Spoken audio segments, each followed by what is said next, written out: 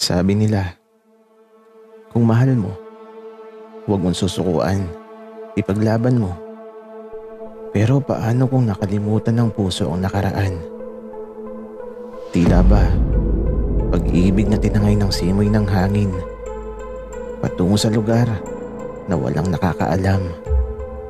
Paano mo ipaglalaban ang pag-ibig ng tila ba binawi sa'yo ng tadhanang mapaglaro?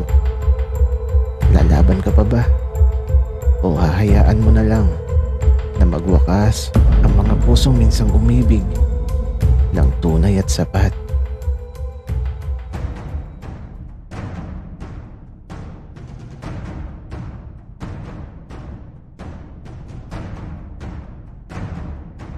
Kaibigan, huwag mong kalimutan mag-subscribe sa aming channel at huwag din kalimutan i-click ang notification bell at subscribe button. Subscribe na!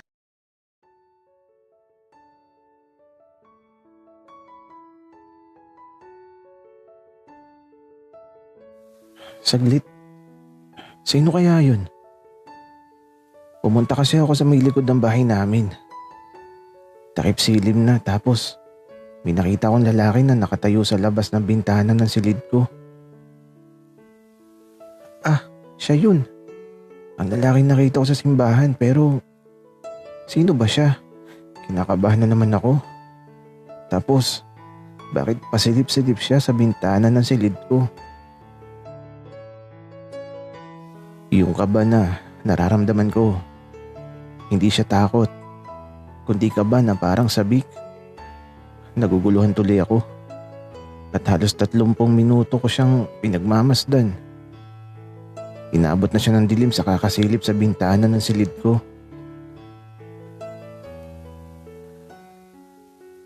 Gusto ko sana siyang lapitan at magtanong kung bakit siya sumisilip sa bintana ko, kaso parang aalis na siya. Bigla na lang kasi siyang tumalon sa bakod papalabas. Kaya ito, nagmadali na talaga ako. Hindi ako matatahimik kapag di ko siya nakausap man lang. Pakiramdam ko kasi tila ba isa siya sa pwedeng makasagot sa lahat ng katanungan na bumabalot sa pagkatao ko.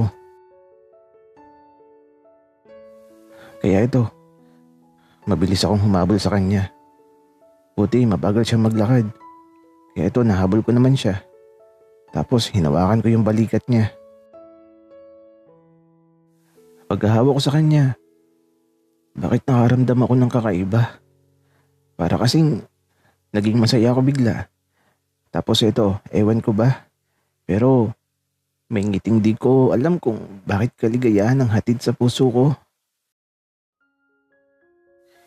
Isang sandaling tila ba tumigil sa pag-ikot ang mundo. Isang sandaling di ko maunawaan kung bakit ako masaya.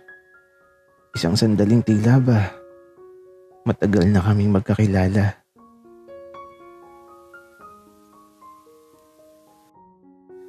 Nararamdaman ko na masasagot niya ang lahat ng gumugulo sa isip ko. Kaya ito, hindi ko hahayaan na umalis siya kaagad. Gusto ko muna siya makausap. Kahit sandali lang.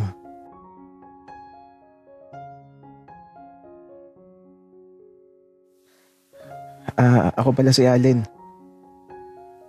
Wika ko habang naglalakad kami. Alam ko. Wika naman niya. Nagulat tuloy ako. Ha?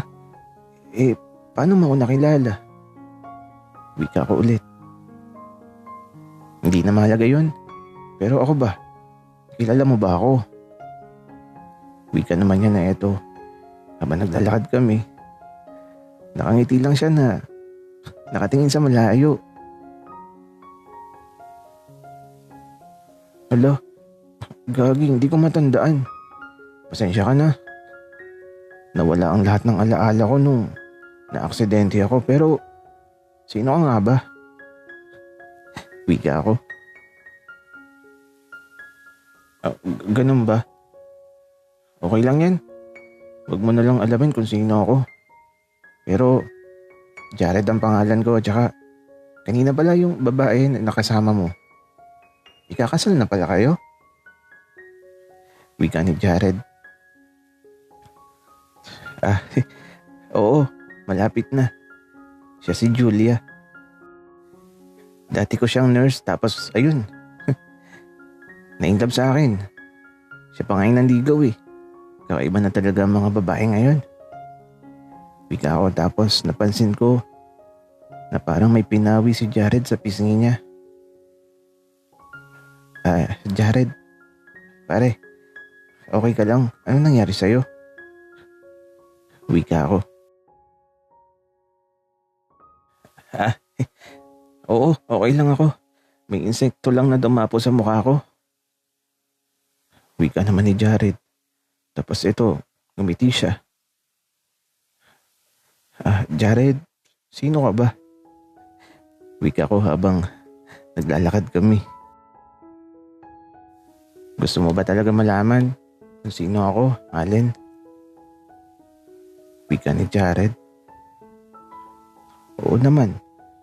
Sino ka ba talaga? Wika ako. Ganito kasi yun, Allen. May utang ka sa akin, mga 10,000. Tapos nawala ka. At may nakapagsabi na, dito kita matatagpuan. Oh, tanda mo na ba? Wika ni Jared. Totoo ba yan? Grabe naman. Pero, sorry nawala yung mga alaala ko eh. Dapat kanino mo pa sinabi nung malapit pa tayo sa bahay. Para nakakuha ko ng pera. Para bayaran kita. Alam mo kasi Jared, 50 lang yung pera ko dito ngayon. Wika ko. Okay lang. Wika ni Jared. Jared, sa susunod na lang. Babalik ka pa naman siguro. Wika ko. Ewan ko. Hindi ko alam. Bahala na. Wika ni Jared. Ganun ba? Di ako na lang ang pupunta sa inyo. Saan ka ba nakatira? Wika ko. Huwag na Allen. Baka maligaw ka lang at saka malayo ang bahay namin. Hindi mo yun mahahanap. Wika ni Jared. Hala paano ako magbabayad ng utang ko sa'yo? Wika ko. Allen, alam mo, huwag mo na munang isipin ang utang mo. Tara, kumain na tayo ng balot. Ay no. Wika ni Jared. Kaya ito, bumili na kami ng balot. Si Jared pa nga yung nagbayad. Idagdag ko na lang daw sa utang ko. Tapos habang kumakain kami, masaya lang ako.